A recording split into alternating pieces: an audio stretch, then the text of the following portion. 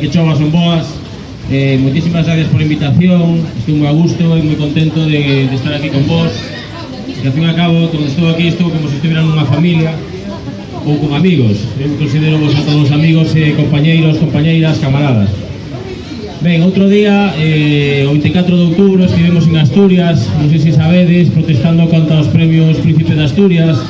Ali había moitísima xente berrando contra o rei, pero había moitísima xente tamén en coches de luxo, xente moi ben vestida, un boato ali, un luxo, un dineral increíble.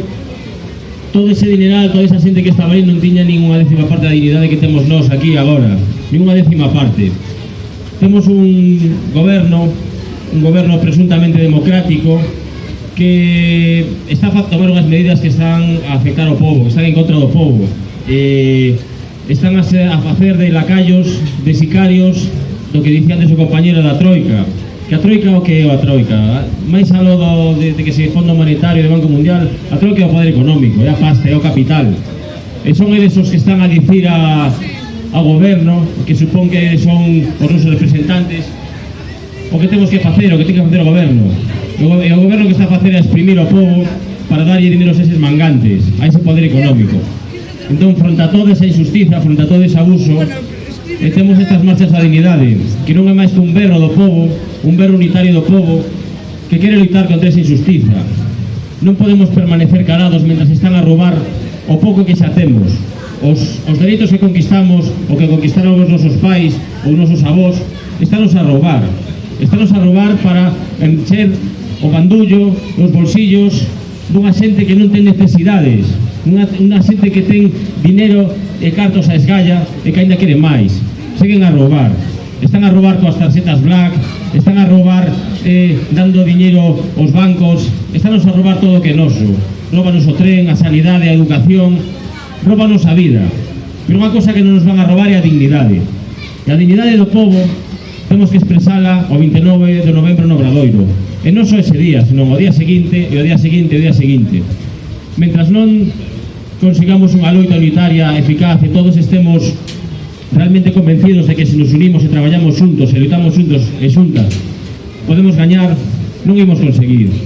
Entón estas marchas de unidade, o maior éxito que teñen, aparte da participación e que da xente, das movilizacións, é o xeito de traballar conxuntamente, de deixar afastadas as nosas diferencias, de pensar que todos somos e todas somos camaradas e non estamos máis que para loitar contra un réxime totalmente injusto. Eles din que é democrático, pero non é democrático. Quen elixe a Troika? Quen vota a Troika? En que elección se presenta a Troika?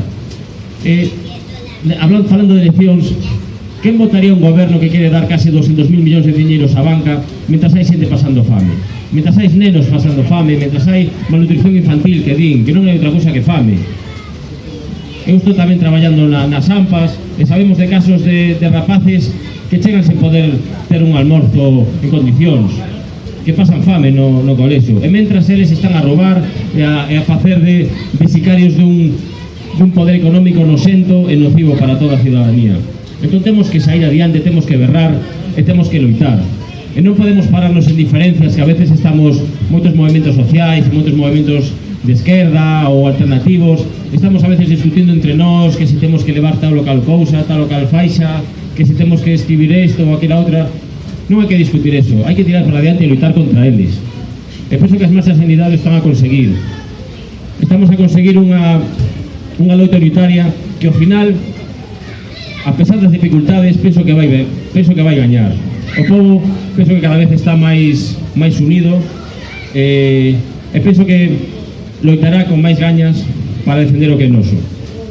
Eu nada máis, eu aquí síntome como en casa, se dicía antes, e penso que toda a xente que estamos aquí estamos totalmente convencidos de que o día 29 temos que encher o Obradoiro e seguir traballando os días seguintes pola nosa dignidade. Grazas pola invitación e vémonos o 29. Gracias.